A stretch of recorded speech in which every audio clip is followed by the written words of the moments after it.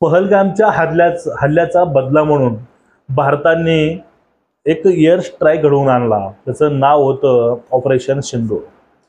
Operation सिंदूरची ज्याच्या जोराने भारत पाकिस्तान जे युद्धजन्य परिस्थिती आलेली आहे तेही भारतामध्ये आपल्या चालू आहे। आणि त्यामध्ये जे राजकारण म्हटलं तर राजकारणामध्ये महाराष्ट्रामध्ये एक अशी मोठी अपडेट किंवा एक मोठी उलथापालथ दिसते, ते म्हणजे शरद पवारांच्या पक्षाची।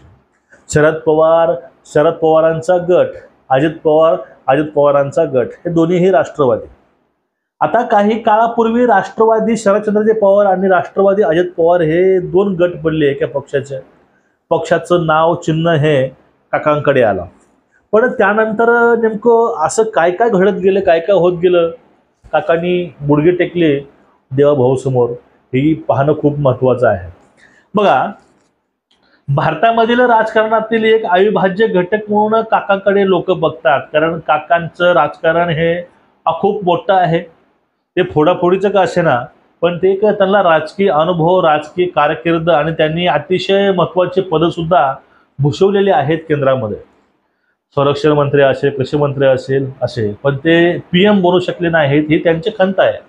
पण या ठिकाणी काकांचं भारतामध्ये कुणीही हात धरू शकत नाही असंही बोललं जायचं, पण त्यांची हात काय, त्यांना गुडघ्यावरती आणायचे काम हे देवेंद्र फडणवीसांनी महाराष्ट्रामध्ये केलंय, हेही विसरता येणार नाही।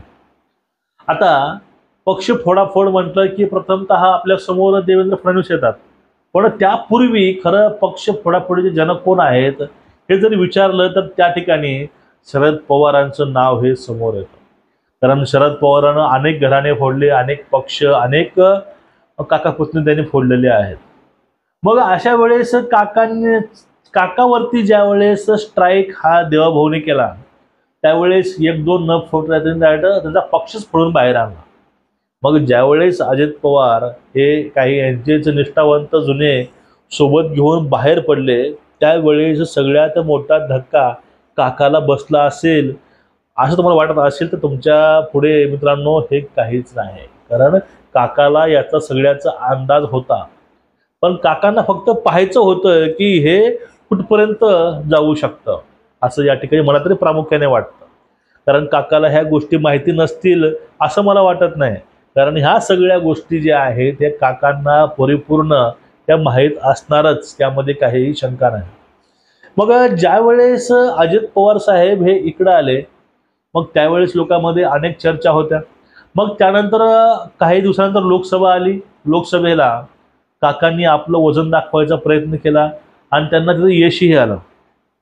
मग त्यानंतर विधानसभेला सगळ्यात मोठा टर्निंग पॉईंट ठरला होता, पण त्या ठिकाणी काही असे डॉट्स आहेत मित्रांनो, ते डॉट्सला डॉट्स जुळले तर असं वाटतं की त्या ठिकाणी काकांनीच गेम केलाय सगळ्यांचाच, महाविकास आघाडीतील लोकांचा। कारण काय, सत्तेमध्येही काका आहेत आणि सत्तेबाहेरही काका आहेत, म्हणजे दोन्हीकडेही काका आहेत। ज्याप्रमाणे बघा मासा पाण्याशिवाय राहू शकत नाही, तसे काका सत्तेशिवाय राहू शकत नाही असं तरी मला या ठिकाणी वाटतंय।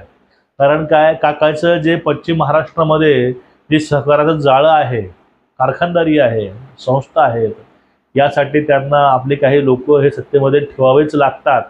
पण नेमकं त्यांचे पुतण्या हा सत्तेमध्ये असताना आता नेमकं असं घडलंय काय, काकांना या ठिकाणी दोन्हीही पक्ष मर्ज करावे वाटतात किंवा दोन्हीही पक्ष एकत्रित आणावे वाटतात। सुप्रिया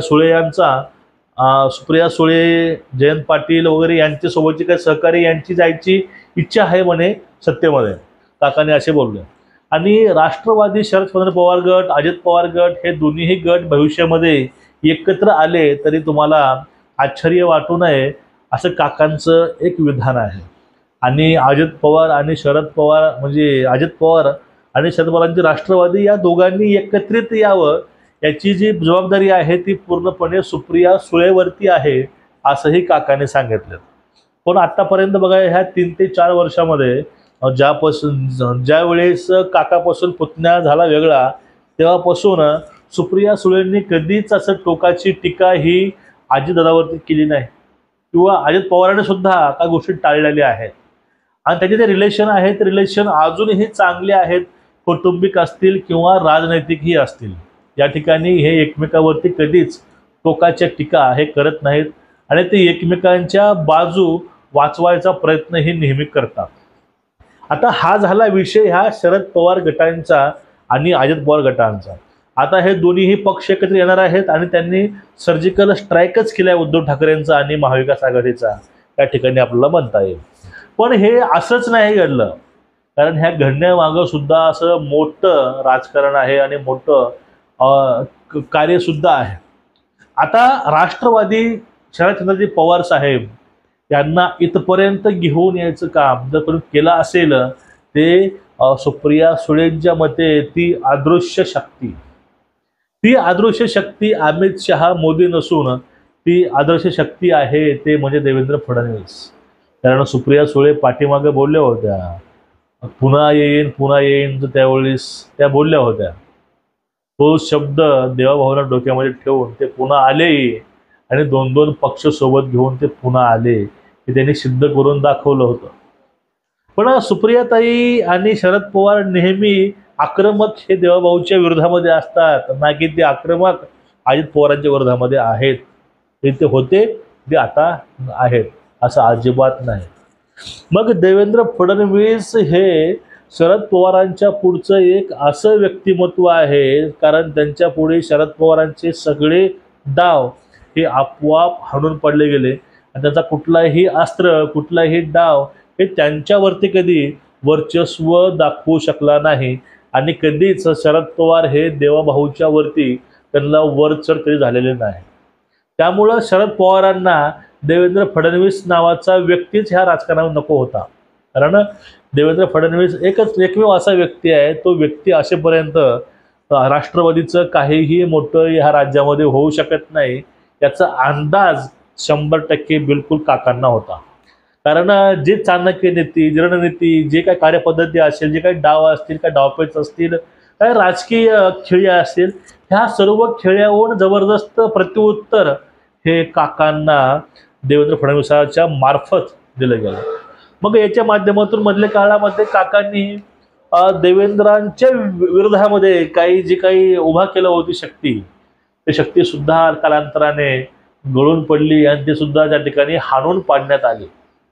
मधल्या काळामध्ये काकावरती एक आरोप व्हायचा, तो म्हणजे जरांगे पाटील नेहमी देवेंद्र फडणवीसावरती हल्ला करायचे. कारण त्यावेळेचे CM एकनाथ शिंदे होते, पण त्यांच्यावरती न काय बोलता ते देवेंद्र फडणवीसावरती बोलायचे. म्हणजे त्यानंतर उद्धव ठाकरे इकडनं त्यांच्यावरतीच बोलायचे.